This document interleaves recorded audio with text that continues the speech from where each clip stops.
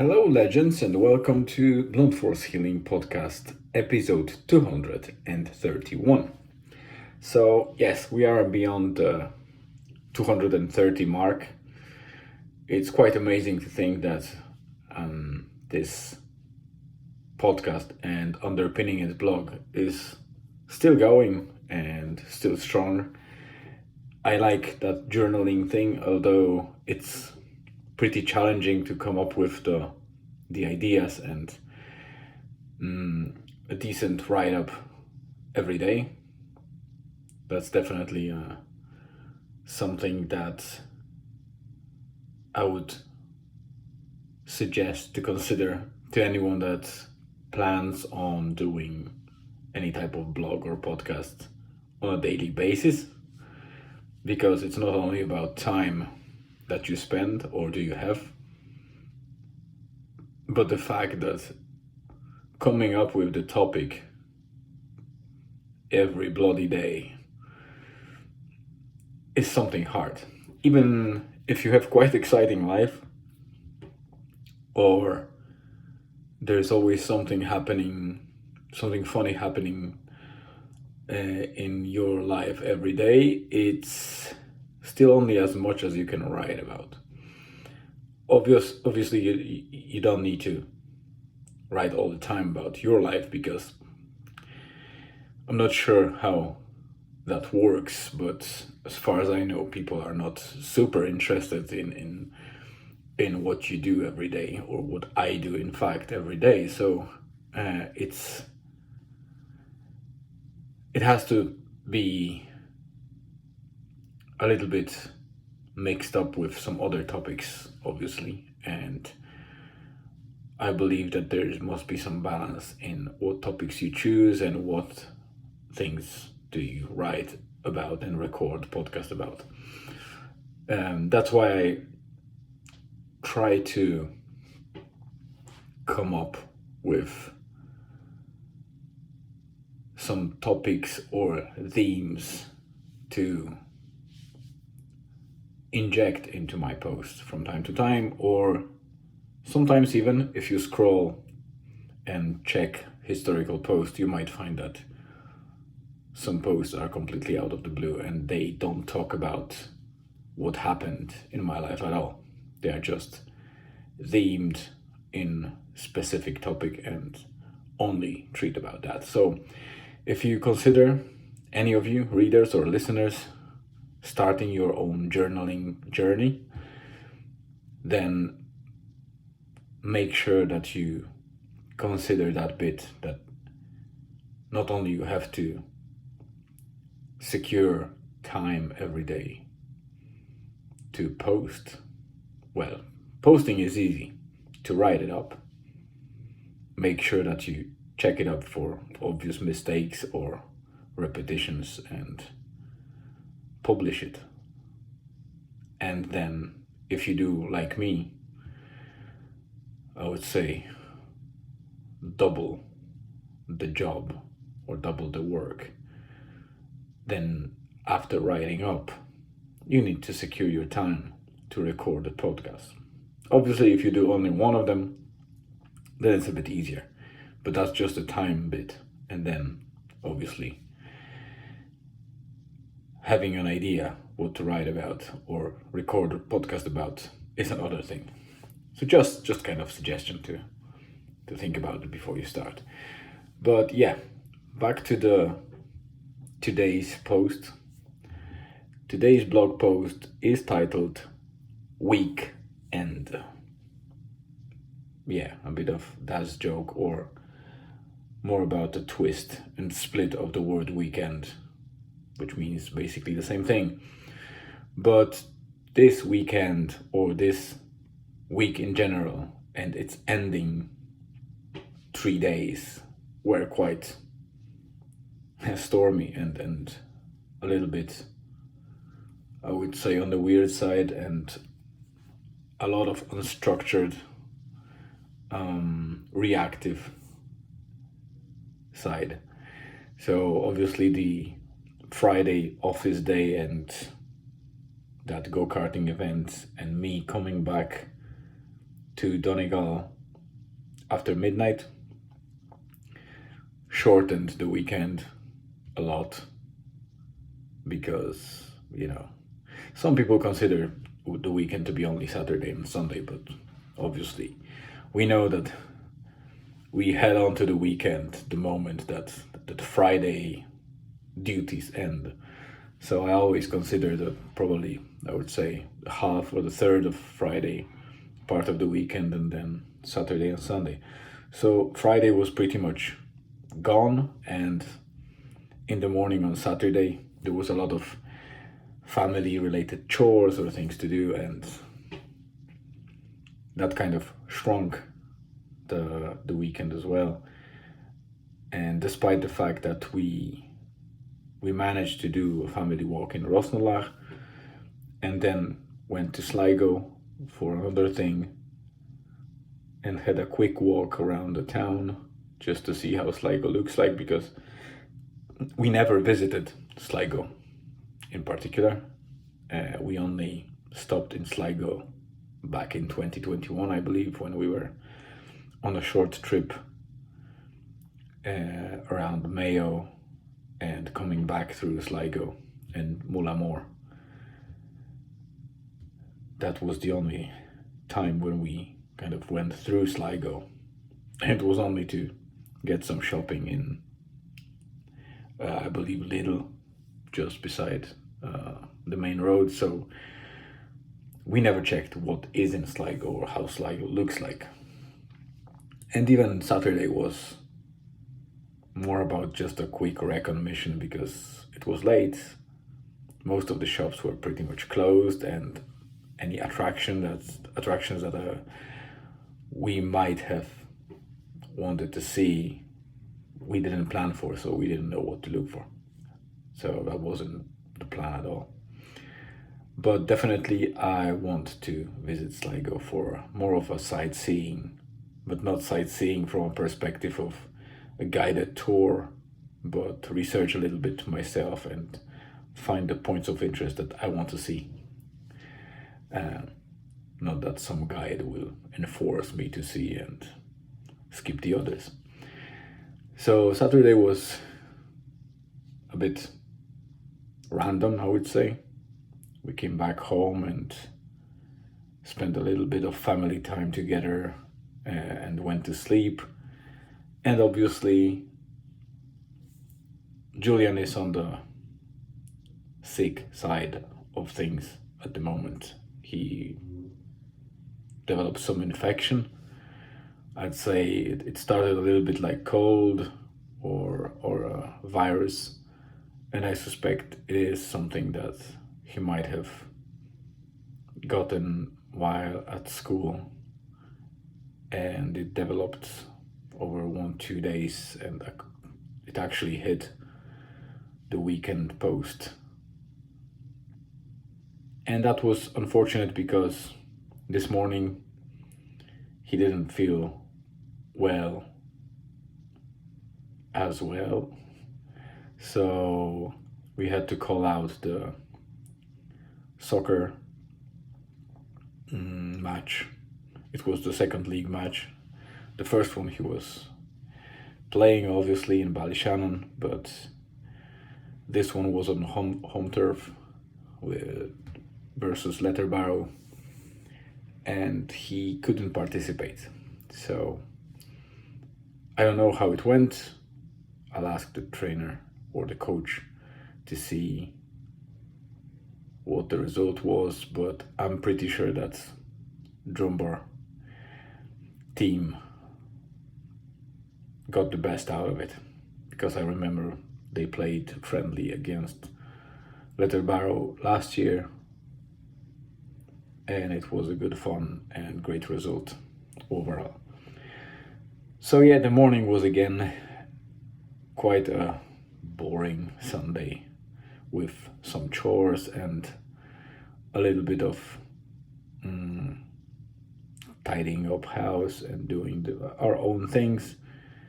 And we didn't have a plan really. The weather is really patchy at the moment. It's very windy.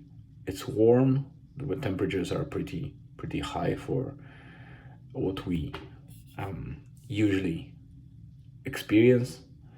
So it's good, but again, the drizzle started coming in, and a bit of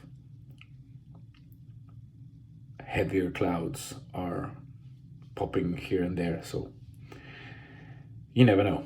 So obviously a hike wasn't really an option because those clouds tend to hang the most in the mountainous or hilly areas. So we usually choose some beach or something to spend time on Sunday. And today we wanted to go to some beach, but there was no decision whatsoever, and neither Julian nor my wife suggested anything specific. And obviously, when I don't know where we go and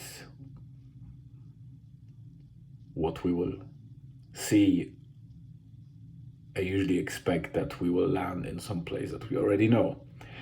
While there's nothing wrong about it, I really try to avoid spending time in the same place too many times, because life is short, and every minute I am spending with Julian before he kind of grows up and will start his own pursuit with colleagues and friends, and he will have his parallel life to the family life. Obviously we'll have less and less time together, so I want to always explore something new so he has something to remember. And obviously my wife didn't want to go any far. Julian wasn't feeling for any long drive as well, so they were kind of insisting on something closer. And from the context, I kind of picked up that they want to go to as far as Bundaran, probably. So we started driving in this direction, and when we reached the Bundaran, I was obviously quite grumpy all the way in because I was slightly pissed. I'm not going to explore any new place, even though I suggested one, but it was about 50 kilometers from us, and it didn't seem like they liked the idea, despite it being a beach. So, but once we got to Bundaran and we're about to turn into Tulan Strand, my wife asked, why did I come here? And I'm like, you asked me to do that. Well, you wanted to go to a familiar place or just a close beach, and I know that you like Bundaran, so I thought it's the right place. And she said, like, we might as well to go to the place that you suggested because we are already like 25 kilometers in. And I'm like, thanks for that. And we turned around and kept going towards Sligo, and I think it's the village or town is called the Grange or Grange, and we turned to the west from Grange just before the gas station and headed towards Streedag Beach, which is looking nice on the map, and I thought that it might be a good point to explore. And when we arrived, obviously we left the car on one side because the Streedag is a little bit similar to one thing that we have back in Poland. And even if you look at the map of Poland, at the very north side where you have the Baltic Sea, you can see on the western side of the sea that Poland has a little bit like a strand of land. Obviously it's much bigger than the one that we've seen in Streedag, but it's similar formation. I would say that you have the sea or ocean in front, like a bay, but then that strand ends up and the water flows, kind of circles that around and creates a bay on the other side of the strand as well. So it's a very interesting formation, and Strida looks like that. Funny enough, I just realized that on the map it is divided from the rest of that land at the end that is considered an island. I think it's Connors Island. So when the tide is high, obviously they are separate, but when we arrived, obviously I checked, was the low tide. So the strand was very wide, we had a lot of space. It was very windy. The wind was coming from the mountainsides, so the dunes were not protective enough because they are fairly low. So the wind was blowing on either side of the strand, and it was quite warm, so the wind wasn't an issue.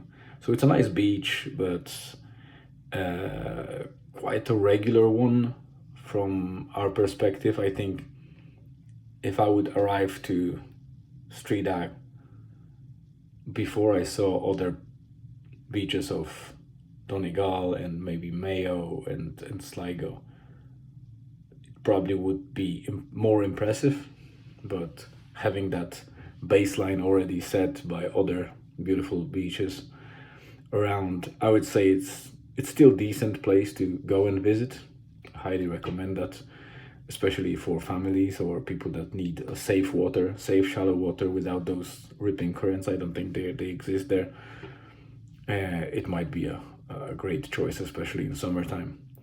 But the interesting thing is that on both sides, that little bay created by the Strida beach was rocky. So the sides were rocky. On the northern side, or I would say northeast side, and that rocky strip and rocky formation like an island was connected with Connors Island. And we got there. It was quite a walk. I would say the strand itself, the beach is long, probably about 3 kilometers long, so about 2 miles. A decent space. We played a little bit of football there with Julian, so he wasn't ready for a match, but I wanted him to breathe fresh air and just do a couple of touches and passes, so he's not completely sitting at home and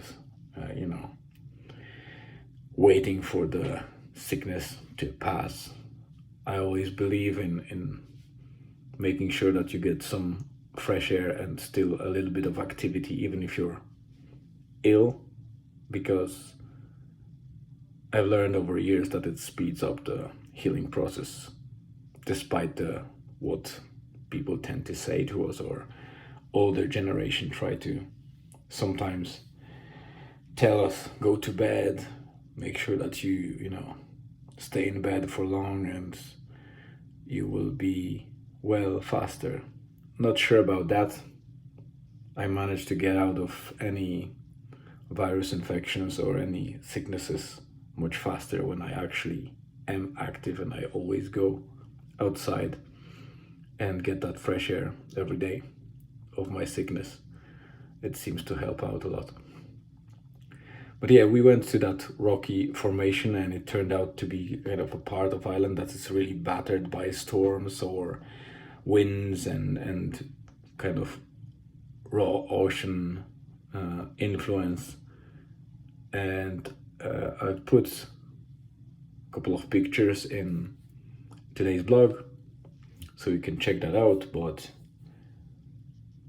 camera never captures that the same way that we can see it with our own eyes. And when you're there, it's a full experience. You not only see it, you breathe the air and smells around you, you feel the wind, you have that spatial awareness of where you are. So none of the photographs, regardless how people enhance them in Photoshop or anything like that, or create the HDRs. Nothing like that. Even videos cannot translate that to the real experience. So I highly advise, if you're in the area, check that up. Go to that island.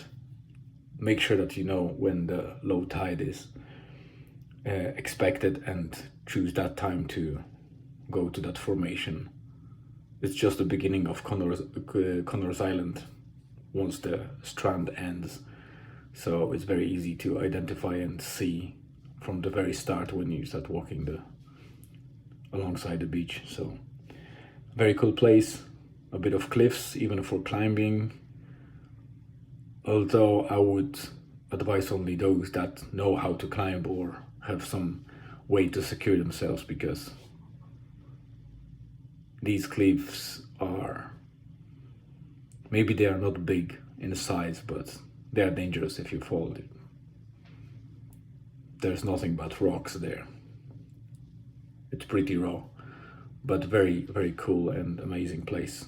So I loved it. Julian loved it. And my wife and Julian spent a little bit of time in kind of grassy side of this little rocky island, which was full. It was amazing. It was fully covered by green grass and a lot of flowers, and they started kind of doing a little bit of, I don't know how you call them, like a wreath, but from the flowers that you can put on your head. So yeah, they spent a little bit of time together, which I always love to see, that my wife spends a little bit of time with Julian. And I obviously, as some of you might know me already after my previous posts and explorations, I just went for the rocks and explored as many places that I can climb or go through to see what cool I can find on the way. So eventually it was a nice day, and we all enjoyed it, more or less. My wife not so much because of the wind, but in general it was a nice day. The work week starts tomorrow, but fortunately Friday in my company is, we call it wellness days. So the company gives a kind of day off for most, like all the company can use that day and not work, and it's not part of the holiday pool, so it's an additional day off. Obviously, if somebody works in more of incident management or things like that, they might still work and use that as an additional day later on, but most people in the company will be just offline. So that means that I will have a long weekend again, so just 4 days of work, which I'm looking forward to. I have a couple of things to do. I won't be boring you too much anymore. Tomorrow, I'm not sure yet what I'll write about and talk about, but that's the biggest challenge, but also the coolest thing at the same time, because you never know what will happen, what will come to your head, and what you will be talking or writing about. So I hope you enjoyed it, and I'm really thankful for you coming here and spending that almost 25 minutes with me. You surely have a lot of coolest thing to do, so choosing my podcast or my blog to read makes me feel a bit, privileged about it, that you're sacrificing that time for me. And well, for yourself, but reading or listening to me. So once again, I appreciate that. I hope you will enjoy further episodes, and stay tuned. See you tomorrow, and talk to you tomorrow.